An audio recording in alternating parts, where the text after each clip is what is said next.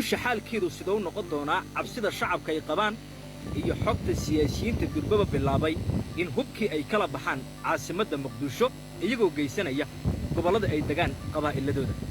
yaa ka mid ah siyaasiyiintaas goorma ayay bixiyeen cabsida iyo walaaca ay qabaan muxuu yahay warkii xasan sheekh ka soo yeeray iyo ciidanka muqdisho soo galay oo cabsi weyn laga qabo ayaan rabaa inaan muuqaalkan ku faahfaahiyo waxaan sidoo kale eegayaa madaxweyne xasan sheekh maxamuud dagaal ama markaasi uu ku qasaari doono ama uu ku guulaysan doono ku faa'idi doono ayuu tijaabinayaa tijaabada ugu horraysana muqdisho ayuu ka bilaabaya iyadoo wararku sheegayaan in arrintan mooshin hadda ay ka wadaan xildhibaano ka mid a baarlamaanka soomaaliya kadib markii la yidhi hub lama dhex mari kartaan muqdisho oo la og yahay xaalkeedu siduu yahay waan eegayaa iyadana waxaan sidoo kale eegayaa madhabbaa in ciidanka la soo bandhigay ay ku jiraan ciidan loo diyaariyey ama guuto loo diyaariyey weerarrada oo kaliya nisana hoos tegaya kana mida ciidanka lagu soo bandhigay saldhigga hilweyne ee gobolka shabeellada dhexe ku yaal waan eegayaa iyadana saddexdaas qodob ayaan rabaa qaybtan inaan ku faahfaahiyo daawadayaal idinkuna sheergareeya dadka soomaaliyeed waxyaabaha ay markaasi aaminsan yihiin iyo guuxa ka jira isla muqdisho ayaan rabaa inaan dul istaago waaya muqdisho xaalkeedu sidoo noqon doonaa waa su'aal ummadda soomaaliyeed ay isweydiinayaan weliba ma ahan muddo dheer saddexda biloodeenna soo aadan xaalka muqdisho waxaa ku imaan doona isbeddel weyn oo weliba halistiisa xambaarsan kaasoo galaafa doona muwaadiniin hadda nool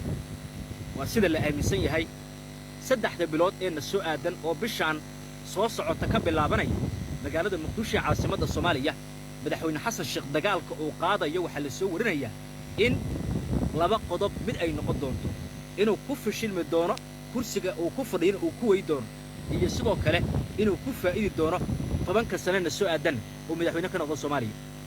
waa labada option ee hadda xasan uu tijaabinayo isagoo awood idan isticmaalay ku darso al-shabaab waa ogsoontiin qataraha ay ka geystaan muqdisho dagaraha ay maleegaan ciidanka inay soo dhax maraan iyo sidoo kale inay la shaqeeyaan mas'uuliyiin dawladda ka mid ah ku darso waa idan way jirtaan haddaba cabsi aad u xooggan oo ka duwan cabsidii hore ayaa ka taagan muqdisho xaalkeedu waa allow sahal siyaasiyiintii hubka markaas ku haysta muqdisho si sulxa ayay hadda u daadguraynayaan sida xogtu sheegayso waxayna kala geysanayaan gobollada galgaduud shabeellada dhexe iyo hiiraan waa xogtan soo gaaraysa siyaasiyiintii hubka ku haysta muqdisho weeyaan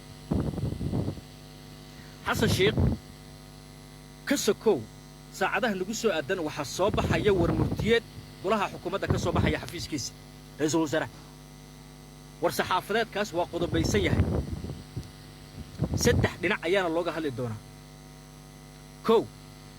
in dadka hubka haysta muqdisho joog ay hubka ku wareejiyaan ciidanka dawladda aan iraada dawladda Soomaaliya inay ku wareejiyaan labo ninka xildhibaanka ah ama ninka wasiirka ah ilaaladiisa in laga qori doono xafiiska ra'iisul wasaaraha ama kan madaxweynaha ilaalada wasiirka ilaalinaya ama kan xildhibaanka ilaalinaya in ay markaas ka amar qaada doonaan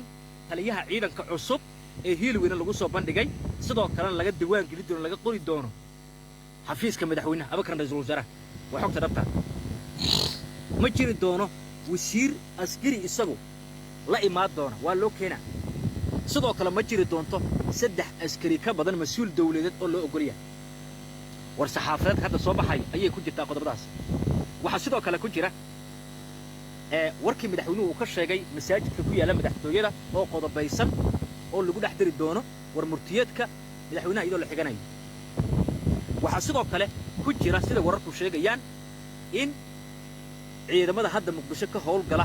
ee ah nabad sugidda iyo booliiska waa labada ciidan ee hadda xamar ka howlgala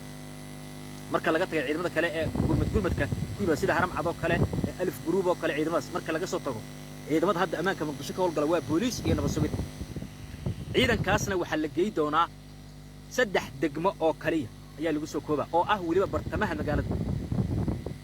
qorshuhu marka wuxuu yahay 17 degmo marka laga soo tago kuwa ku yaala bartamaha sida qodan waa beri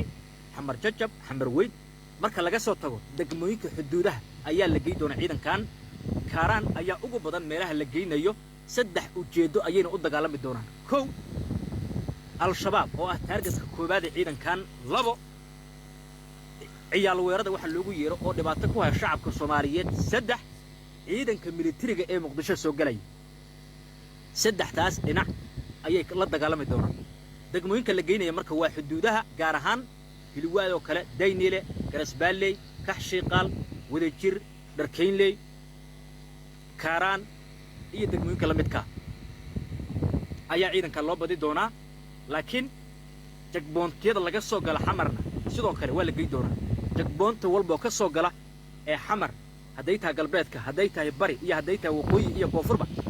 ciidankaas ayaa la wareegi doona oo la geey doona sidoo kale dhinaca badda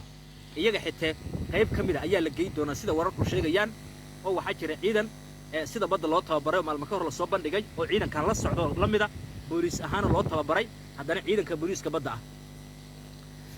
ujeedka marka kale ka sii weyn ka sii halis badan aba ka sii halis badan waa inay hubka dhigis ku sameeyaan siyaasiga diida waliba madaxweynaha markaas bixiyay sala socotaan wuxuu ninka diida waa la soo qabanaya waa la jeebaynaya waa la xiraya hubkana waa laga wareegaya wala wasiir wala xildhibaan qorshahan marka waa qorshe qariska tuura oo madaxweynuhu uu leeyahay aba ku faa'iid aba ku qasaar waa xogta dhabta xasan sheekh marka wuxuu galayaa dagaal uu aaminsan yahay in qasaare iyo faa'iidaba uu leeyahay